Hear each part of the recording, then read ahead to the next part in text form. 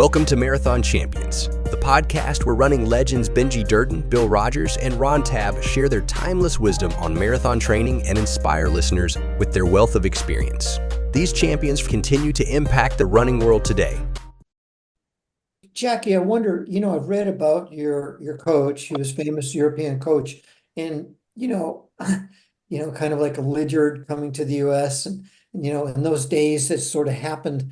But did you run in high school? I've got your book. I've read your book, a long time coming, about women coming into the sport and the struggles with the American Federation and with International Federation professionalizing our sport, having respect for the athletes in our sport. I think we all had it for certain athletes like a Jim Ryan, or the great sprinters who have been produced in the United States. But after you got into the marathon, did you keep going? You kept going in the marathon. And one thing I thought would be interesting, Jackie, would be I wondered if you recall the time you and I and Tom Fleming were sent by the American Federation to the San Juan 450 in Puerto Rico. I remember it well. Can you describe it for our listeners? Oh my gosh, yes. We did. We all went to Puerto Rico together, and it was crazy. It was crazy hot and humid.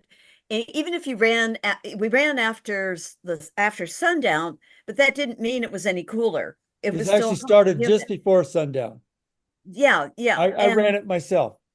And Bill, I remember Ellen was there, and she offered to take my water. I drank Gluconade, and she offered to take my water bottles out on the course with yours, and they put her on a motorcycle.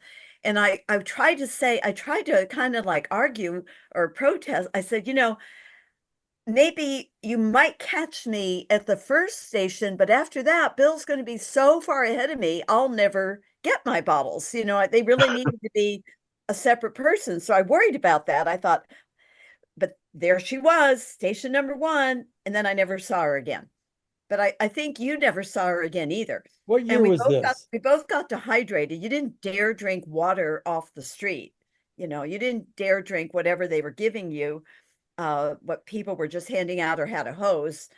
And so I got dehydrated. You got dehydrated. The difference was I looked around. If there were any other women, I didn't see them. So I could shut the engines down and coast in for my win, whereas you had to battle for your win, and you ended up in the hospital with an IV. What year was this? Yeah.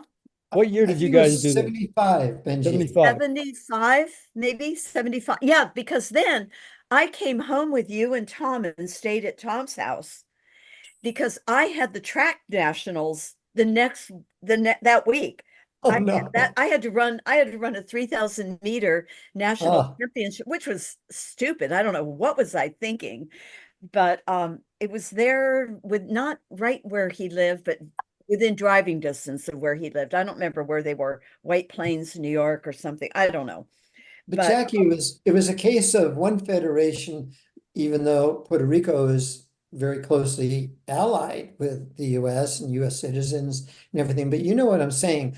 What I remember getting to the hotel, it was an old can hotel. I talk about the condo? And there was no air conditioning. Yes, right. And it was about 90 degrees. And you looked out the window and there was a swimming pool filled with dark green. They had enough water for mosquitoes. You opened the window, mosquitoes came in. In other words, and we all dragged our mattresses down to Tom Fleming's room because he was the only one with air conditioning or screens on the window. And we all slept in Tom's room.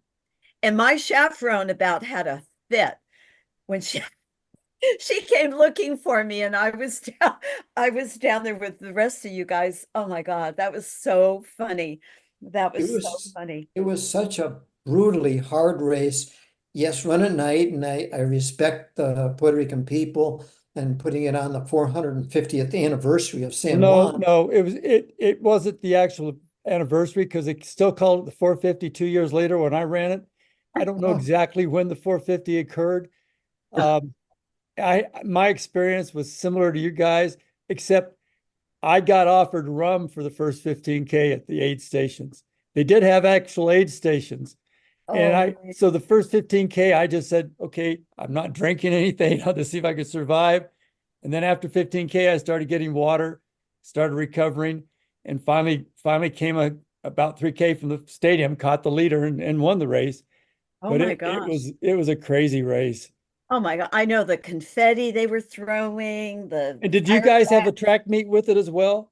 No, not, I No. Because don't remember that. when the year in 77, they also had a track meet. So the stadium was full of people for the track meet. And I can't remember all the people there, but well-known people. Marty LaCory was there doing some research stuff. He wasn't actually a competitor, but so the race was going on in such a way they had a lead vehicle with a lot of lights on the lead runner, who was a Puerto Rican. I can't remember his name, who it was, but so about 3K from the finish, I'm seeing those lights ahead of me, and I know that's the leader, and I'm catching him rapidly at this point. And they announce we're doing sort of a big circuit around the stadium, and they announce that he's winning, and there's this huge roar from the stadium. I go through the lights, and it's like they look at me as I go by, like, what was that? And I get to the stadium. There's a huge roar. They see how white I am, and everybody's silent. And you Oh, have to do a lap around the track. thanks. And What as was- I'm doing a lap around the track, this guy hops over the fence, runs out. It's like a 4 foot tall trophy. And he's unscrewing the plaque off the trophy, puts it on a smaller trophy so I could get, which actually turns out all right, because I couldn't have flown home with a 4 foot trophy. I did that. I did that. The trophy was as tall as I was. Yeah. And I remember Bill and Tom, we were carting this thing to the airport, and the stewardesses were not impressed. It was because all they saw was a dangerous projectile loose in the cabin, right? Yeah. Something's And going to hurt so people. they strapped that thing in a first class seat. And I think Tom or you, Bill, I don't know which one of you said, can we have that first class meal back here? It would have Or been can we Tom. trade? It would have been Tom. You know, oh God bless his soul. May he rest in peace. Yeah. But I that's Tom's humor. I think that was the first time in his house. And he had a trophy room in the living room, a glass case trophy. And I was like bowled over, and I'm looking at all of these trophies. And I said, I have never seen so many Boston Marathon trophies in one place at one time as this. And he looked at me and he said, yeah, but you have the only one I want. Yeah. It was, yeah, because Yeah. those were a bunch of seconds and thirds. And He wanted to win Boston more than any other race, even though he was a two-time New York City Marathon champion and raced around the world. yeah, But what was interesting was that Tom did win the San Juan 450, I think 2 or yes, he 3 did. times. I know Yeah, his mom and dad were down there. he was a big hero down there. Yeah, and it was one of the toughest races I have ever done in my life. It wasn't the distance, it was the tough weather. Yeah. And I remember when I finished also, Jackie, that there was a dispute between second and third place. Very hard to manage a road race at night. There was a runner there from two runners from South Africa. One was a white guy, one was a black guy. Kokwani. Yeah, He sent me a autographed picture. yeah. We stayed in he- touch. And South Africa at the time, of course, was banned and Yes, they were. apartheid. And South Africa was trying to say, well, we are sending athletes, but it was such a brutal experience and everything. But both South Africans acquitted themselves well, and Yes. we're all glad of the big changes that have happened. Yes. Yeah. Thanks to I like that Mandela man. over He the was, years. yeah, he was a great runner. He was a Had a great hard runner. day in Puerto Rico, that's for sure. Oh, yeah. For sure, for sure. Did you ever go to similarly, the San Sao Blas. Silvestre in Brazil, down in Sao Silvestre. Sao Paulo? Yes, I ran it once. Yeah. Yeah, I did that one twice. Oh, I did that one twice. The first one, I helped build the field. Oh gosh, no, it all tied to Puerto Rico. In Puerto Rico, do you remember a representative from Brazil was there and asked, and all of you, anybody interested in coming down to the South Silvestre? I raised my hand along with the rest of you guys. And he took me aside and he goes, well, I don't know how to tell you this, but they don't have a women's division. And I said, oh, well, I think we can fix that. Let me help you. And I gave him I gave him notes to go back to the committee to request a women's division, and I helped him build the field. Only we built it too good, and I got beaten by Krista from Germany, but it was worth it. It was worth it. So I got to run in the first women's field. What year was that, Jackie? The next year. So, well, we ran in 75. So you started on the eve of the last night in December and you finish in the Yes. new year. So it was Yes. 75 to 6. And then I Yes. went back 76 to 7, but I got, I don't know, food poisoning or, oh, I know what it was. I did my track workout too close to the race and I was on a cinder track and my Achilles was sore. I don't know why I did it. It was like I kept missing my workout and I finally got it in the day before the race. That was so stupid. Anyway, I sabotaged myself. So I had a really Jackie, bad race. don't you think this is the most famous road race in South America? Oh, With absolutely. something like an 80 or 90-year history. Very, very old race. 2 American guys have won it, Herb Lindsay and Frank Shorter. Okay, I did not know that. Yep, but I don't know. That was a How great about race. San Blas in Puerto Rico? Did you ever run San Blas? No, I never did that one. That was I did another that one. great race. A lot of history, you know. Yeah, I'm a pretty good heat runner, but not with humidity. Like I think in Boston was a heat wave day. I never noticed. I'm from California, but San Juan, Sao Paulo, and Honolulu. Those are my 3 hot and humid races that were I won 2 out of the 3, but I didn't like it. I Did you really don't like run? running in Does humidity. San Blas actually have a women's division now? Yeah, they were have a during 10, Jackie's it's a years. 10K, right? Patty Dillon ran there. Okay, Patty, it's a half marathonish distance. I I think thought it it it's a was might half be a 10K. marathon. legitimate half marathon now, but when Oh, we were Yes. running it, it was sort of we ran start Well, here and we finished there. I ran it twice. I ran it in 70. It was my first international road race. I came in 8th place, I think. I tried to duke it out with, there were 3 top Finns there, Lasse Viren, Seppo Tuomainen, who had the world record indoors for 10K, and Tapio Kantanen, who is Olympic bronze medalist in the steeple.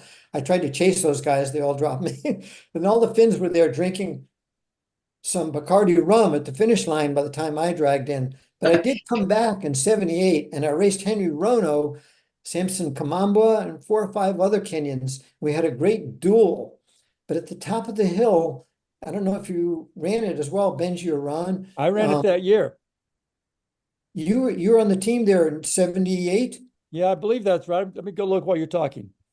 when his coach, his Washington State coach, John Chaplin, was waiting about a mile or 2 miles to go, and he said, "Take off, Henry." Henry and I were duking it out. He beat me by 10 seconds. Yeah, But I actually I of that roomed with race. Chapman. What's And that that? year I came and with you and Tom, you guys had a condo and I came and I stayed with you guys for a bit. And I went down to the Brooks factory in South Cuomo, I think it was. Anyway, went down south of Puerto Rico and they made me a pair of shoes. And I came back and the 3 of us were out running and the shoes fell apart while I was running with you guys. And I said, no, I'm sticking with Nike. I'm sorry. I mean, look at the history of this sport. It's just fantastic. We all got to do our books. Jackie, you did one, I did mine. Benji and Ron, I'm waiting on you guys. I'm You I'm tell the working stories. on scanning all the articles I've got and trying to write little stories here and there about races, but actually doing a book is probably beyond my. Well, no. That's how I did mine. Okay, I found my scrapbooks on the floor downstairs, which was like on a cement foundation that got damp. And they started to mildew. And, we used to use sticky page photograph albums and everything. It was starting to eat my pictures. So I started by scanning everything because I had things lying all over the house trying to dry them. And then I ended up scanning them. And then my girlfriend made a website for me and I started blogging. And then that was just to get all my stories written down. And then Joe Henderson helped me put them together and into a book.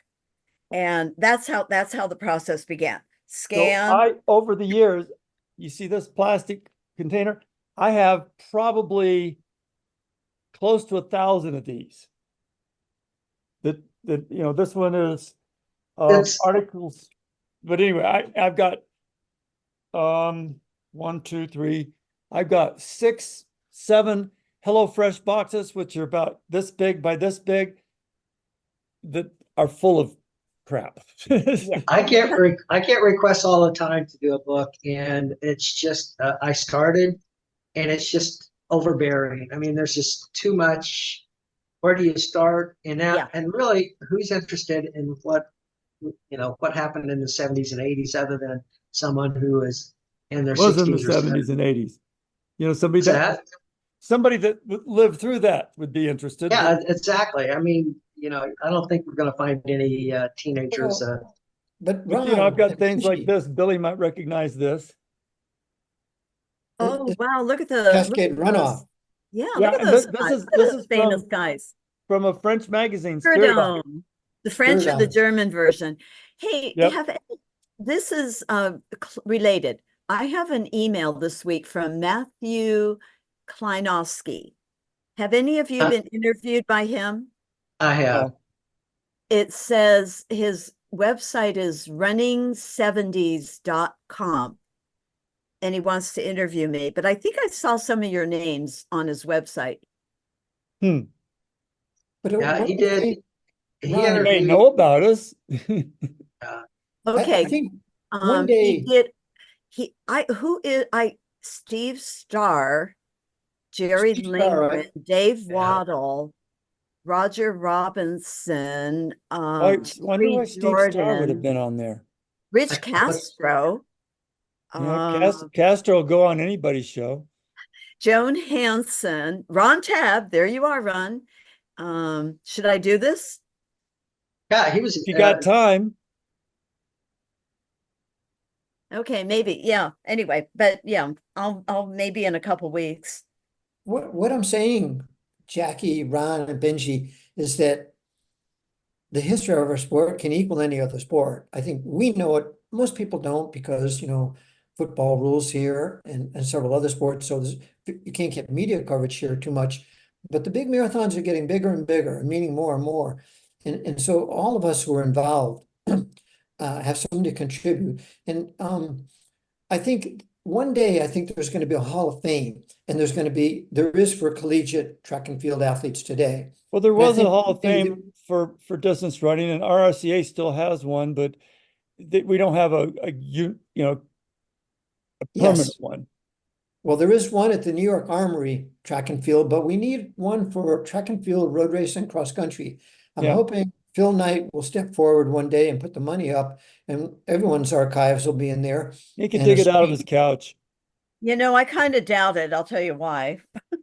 Don't say that. No, well, no. I mean, seriously, I sat on a committee for just that purpose.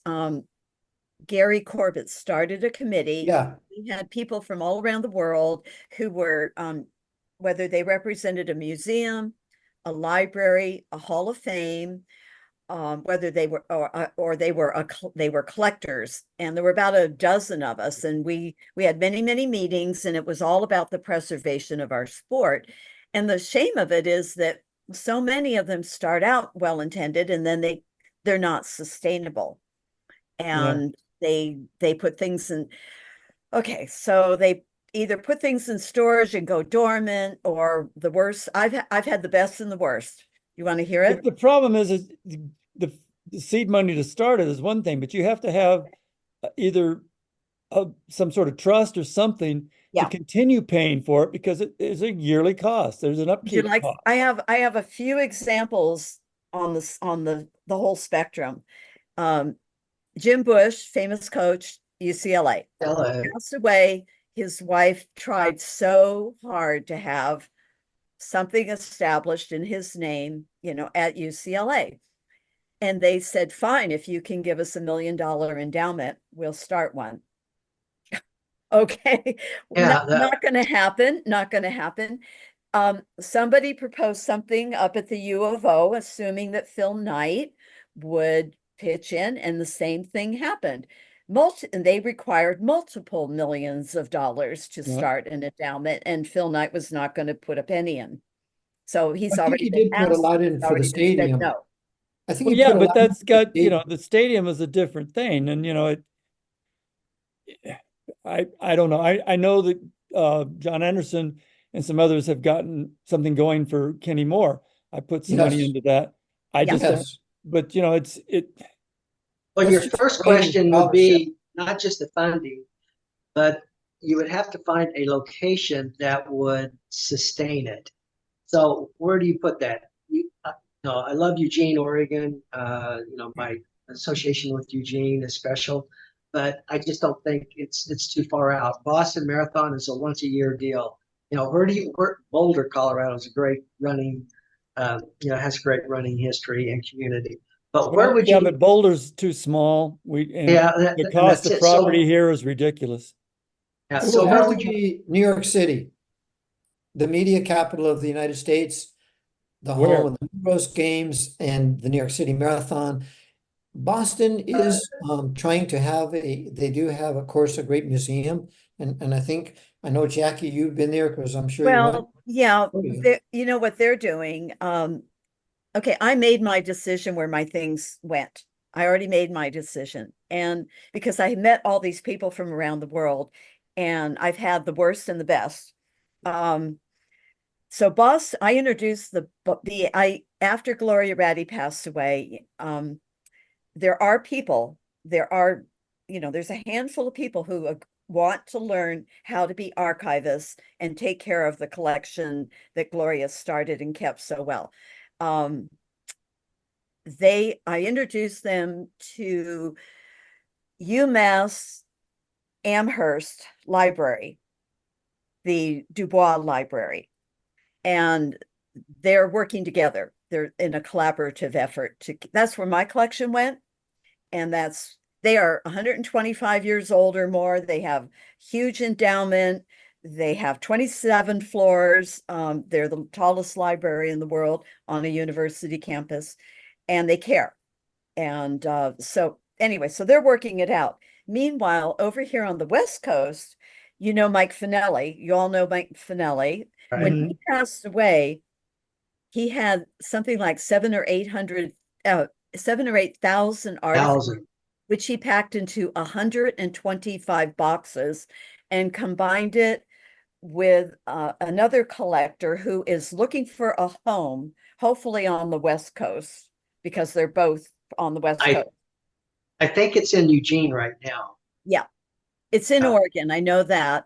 I'm losing my names. He's Peter Thompson. a statistician. What is his name? Peter Thompson. No. No, the collector who inherited Mike's collection. Yeah, I'm drawing a blank. He's a friend of my friend Walt Murphy. He's one of those, track and field collectors, statistician. Oh gosh, I went to Finelli's memorial and I'm just losing it right now. But his collection is he is seriously investigating for a home, and he's hoping it'll be on the West Coast somewhere. My world record shoes went first to MOA. So this is again Seb Coe and Chris Turner. When they came to work for IAAF and changed the name to World Athletics, they found heirlooms and collections going back 100 years, like trophies that were tarnished, Jesse Owens sweatshirt that was unraveling. I mean, they found so many things. They were aghast, and they said track and field needs to do better. And they've been archiving and refurbishing and collecting and started the MOA, Museum of World Athletics, which is the first sports museum in the world to also be virtual. So you can tour it through their website, or you can go to Monaco and brick and mortar, and they take a traveling exhibit whenever they have championships. So my shoes, my second world record shoes, the first sub 240, they came to Oregon when the World Championships was there. They went to Budapest when the championships were there. I think they went to Australia when they had the cross country worlds. So they're better traveled than I am. And so those shoes are living the life. That is like one end of the spectrum. My very first pair of world record shoes, which before we mentioned John Pinnell and John Bragg. So John Bragg was present when I donated my shoes to Culver City, where the museum was the Helms Foundation Museum, and they had all Olympic sports, and they had a library, and my shoes, that museum was on the course of the Culver City Marathon, and my shoes went there. And I have it all, I have pictures of the whole thing. Well, that collection was inherited by LA84 Foundation, a foundation I worked for 12 years. They inherited that whole collection. They have the new regime, not the people I worked with when I was there, but the newer regime has decided they don't need a library. All the books are gone. They don't, and I knew that was coming. And the last VP in charge of that library knew it was coming, digitized everything. So they have the digital library, but none of us could have guessed they were going to auction off all the artifacts, including my first world record shoes. They're gone. They're just gone. And this is when I called Mike Finelli to ask for advice. And he told me about his terminal disease, and his best advice to me was learn to let go. So they made somebody happy, somebody bought them. Just learn to let go. But that's why I joined, I was on that committee with him, and that's why I decided on UMass Amherst for the rest of my collection. So that's my story. But it is a huge problem how we're going to preserve the sport in general. Well, and we talked a bit about our stuff, but there's a whole history before us that, yeah. I mean, I didn't know who Corbett was. He was in a race I was in, and so we've run at the same time, but I didn't know him until years later. Wow. There a lot of the history that we should, as athletes, should have known, we didn't. There were Olympians that met me over the years. I didn't know they were Olympic marathoners because I didn't know the history. Yeah. And like I told Jackie as we were getting on before everybody else got on, I was talking to a guy who's an exercise physiologist at CU. The earliest marathoner he remembered was Paula Radcliffe. Wow. Yeah. Jeez. It's sort of, yeah, shocking. It's just stunning. Jackie, I looked it up. It's Jack Pfeffer as the yes, Jack Pfeffer. Yeah. Pfeffer. Correct. Thank you. Yeah, watch where he goes. It's in Eugene. He's really into this. Yeah. So we know that we have certainly the people and the history in this great sport. And when you take a look at the shoe industry, where many billionaires and millionaires, Paul Fireman at Reebok, Jim Davis at New Balance, Phil Knight at Nike, and I think Adidas and Puma might have a billionaire or two. And maybe these other shoe companies. So let's hope that some of these folks will step forward. I think it would be one of the great moves in their careers. Don't you think? One of the things you got to remember, though, Bill, is you don't get to be a billionaire by being charitable. Yeah, but I mean, when you're 80 years old or something, it's time to take a look at what you want to do, with your money, and make a lasting, somebody who wants to leave a legacy. Yeah, a legacy. And I think that it's just waiting to be done.